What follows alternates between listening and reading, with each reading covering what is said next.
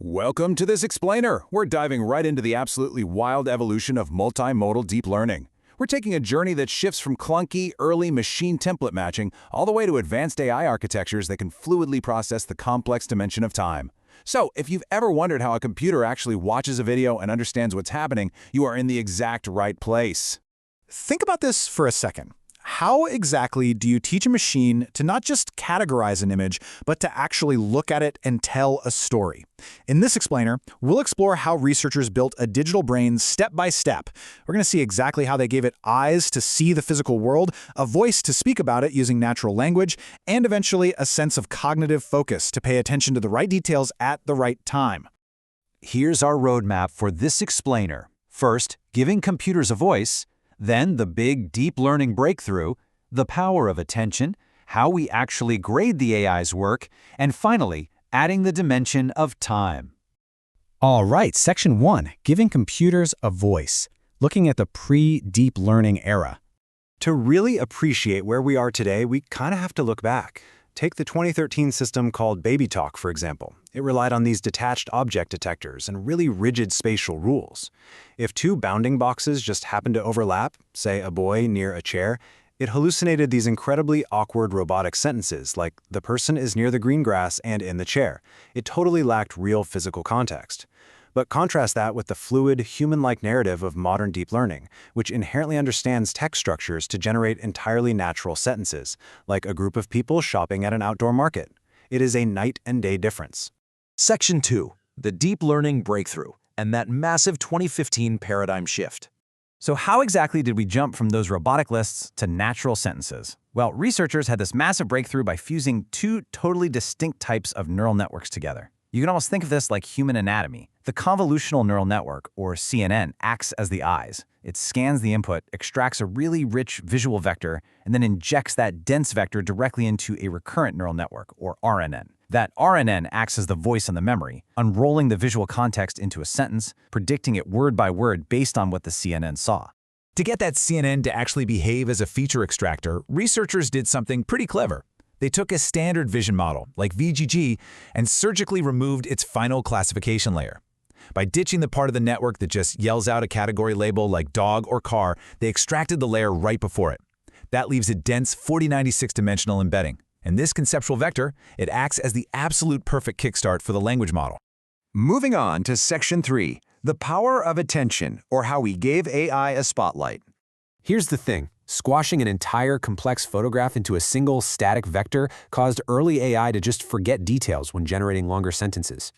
To fix this, researchers introduced machine attention to act as a dynamic spotlight. I mean, just like your own eyes don't scan a room equally all at once, the model stops relying on one static vector and instead preserves a spatial grid of the image. So when the language model's predicting the word frisbee, it completely dims out the background park and the people and focuses its mathematical weights directly on the flying frisbee. It's literally shifting its gaze for every single word it generates. Now, when building this spotlight, researchers debated two very distinct approaches: soft attention and hard attention. Soft attention computes a percentage-based weight for every location, blending them all smoothly together. Because it's a smooth mathematical curve, it's actually pretty easy to train using standard backpropagation. Hard attention, though, forces the model to make a rigid, all-or-nothing choice on exactly one pixel region. And while it's a lot closer to how human focus actually works, it is notoriously difficult to train. This breakthrough really created a cultural moment in deep learning. Researchers even playfully anthropomorphized these mechanisms in their paper titles around 2014 and 2015. You had show, attend, and tell for image captioning, listen, attend, and spell for speech recognition. It's a great illustration of how the attend function wasn't just some neat trick for images. It became this universal structural bridge across all AI tasks to dynamically connect inputs to outputs. Section 4. Grading the AI's work. Basically, how do we know it's actually good English?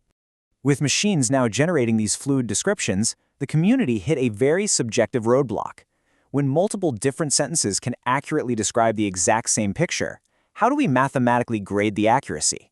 Well, we use a matrix of specific metrics. The blue metric, which was inherited from machine translation, checks pure precision, like do the specific blocks of words the machine guessed actually exist in the human reference. But blue can be easily tricked by scrambled phrasing. That's why we also bring in Meteor. Meteor is heavily weighted toward recall and applies a strict mapping penalty. So if the AI hallucinates scrambled nonsense like, "on the mat sat the cat," Meteor ensures the model gets severely penalized for breaking that structural layout. And the results of combining those CNNs, RNNs, and proper training metrics? Completely staggering. The pioneering model by Karpathy and Feifei achieved a massive 66.0 score on the CIDER metric, which is designed specifically for image captioning.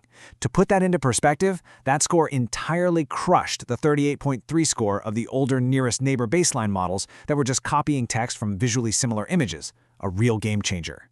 Finally, Section 5, adding the dimension of time and processing video data. Having conquered static, frozen pictures, researchers turn to the ultimate hurdle, teaching the digital brain to understand the continuous, flowing dimension of motion over time. Early video AI experimented heavily with exactly when to combine motion data inside the neural network. Do you process a single frame and ignore time completely? Do you use early fusion, stacking consecutive frames right at the first layer? Or maybe late fusion, running two independent video frames through separate pathways and only merging them at the very end?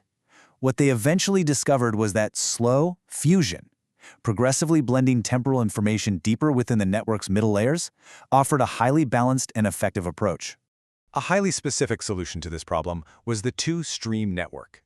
This architecture explicitly splits the digital brain into two distinct pathways. You've got the spatial stream, which looks purely at static RGB frames to identify objects, like recognizing an archery bow. Meanwhile, the temporal stream is dedicated entirely to tracking motion velocity using multi-frame optical flow.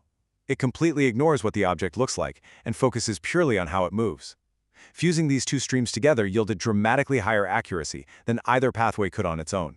Taking it a step further mathematically, we get the C3D architecture. Instead of splitting the streams, C3D upgrades the mathematical sliding filters themselves. It changes them from flat 2D squares into true 3D cubes. As these cubes slide through a stacked block of video frames, they simultaneously extract spatial appearances and temporal motion in one single pass. This seamlessly preserves the dimension of time as the data flows deeper and deeper into the digital brain. And that brings us to the LRCN framework, which just beautifully ties everything we've learned together. In this pipeline, a continuous video is split into chronological frames. A 2D CNN acts as the eyes, extracting features from each frame independently. But then, those features are streamed step by step into an LSTM, a specialized recurrent network. That LSTM bridges the historical memory across the time axis, dynamically translating continuous physical motion right into cohesive human sentences. We've literally watched computers evolve from blind template matching calculators into highly attentive entities. Think about it. They can now shine a dynamic spotlight on a flying bird, track its velocity through a volume of video frames, and describe its journey across time using fluid human language. It is a staggering leap in multimodal deep learning, and it really leaves us with one profound question to take away. If they can see, speak, and understand time today, what exactly will they comprehend next? Thanks for joining me on this explainer, and keep exploring.